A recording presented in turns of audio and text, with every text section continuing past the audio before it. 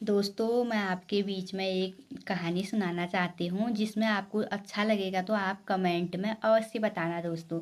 एक बार एक चिड़ा और चिड़िया चिड़िया और चिड़ा दोनों आपस में रहते थे और दोनों में बहुत प्रेम था। चिड़ा और चिड़िया कहते थे कि हम कभी भी अलग नहीं होंगे। और उसके बाद फिर वह पेड़ के ऊपर दोनों चिड़ा और चिड़िया घोंसला बनाकर रहते थे। एक दिन बहुत हवा चल गई और हवा चलने की वजह से चिड़ा अलग और चिड़िया अलग हो गई। और चिड़ा जो है वह आश्रम में चली गई जो ऋषियों का आश्रम था, और चिड़िया चोरों की कुटिया में चली गई। तब एक बार का टाइम था जब राजा जंगल में शिकार के लिए घूम रहा था। तो जब राजा उस चोर की कुटिया में गया तो वहाँ से उस तोते की आवाज़ आई जो चिड़ा और चिड़िया थी।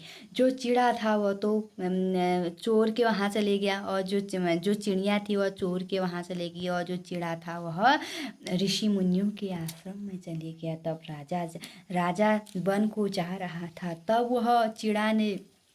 तब वह चिड़िया ने आवाज़ दी, पकड़ो पकड़ो पकड़ो ये राजा जा रहा है, पकड़ो पकड़ो ये राजा जा रहा है। तब राजा को बड़ा आश्चर्य हुआ और उसने चारों तरफ देखा तो वहाँ चिड़िया खड़ी थी। तब उसके बाद फिर वह थोड़ा आगे चला, आगे चला, आगे चला, फिर वह उसको उस मुनियों का आश्रम मिला जहाँ उस चिड़ा ने उन्हें कहा, आइए सज्जन, आपका स्वागत है।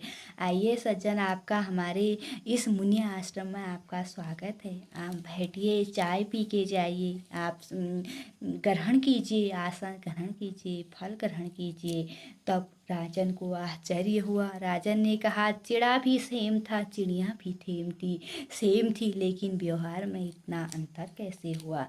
तब उसके बाद जब उन्होंने देखा कि तब राजा जो है 10 मिनट आश्चर्यचकित हो गया। फिर उसने कहा, और अचानक बोल पड़ा। चिड़ा जो था वह बिल्कुल समझ गया था कि जो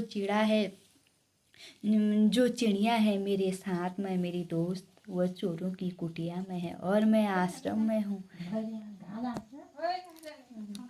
तो उसके बाद फिर वह चिड़ा ने कहा, राजन तुम क्या सोच रहे हो। जब राजन ने उसके बारे में बताया तो चिड़ा ने कहा, राजन मैं तो कितने बार चिड़िया को अपने यहाँ आश्रम में लाना चाहता हूँ पर वह नहीं आता है, क्योंकि हम दोनों आपस में बहुत प्रेम करते थे, एक जैसे दिखते थे। लेकिन एक दिन हवा चलने के कारण मैं मुनियों के आश्रम में चले गया और वह चोरों की बस्ती में चले गया। इसीलिए ये संगति का भी इतना प्रभाव पड़ता है दोस्तों।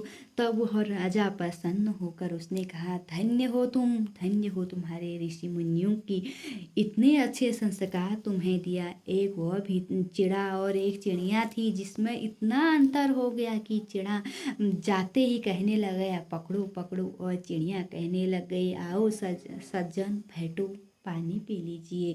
क्योंकि संगति का इतना बुरा प्रभाव पड़ता है दोस्तों।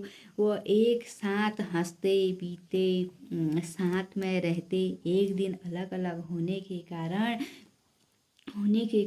चिड़ा ऋषियों के आश्रम में इतनी अच्छी मधुर वाणी, और जो चिड़िया थी वह चोर की बस्ती में पकड़ो पकड़ो, जो भी जाता था पकड़ो पकड़ो।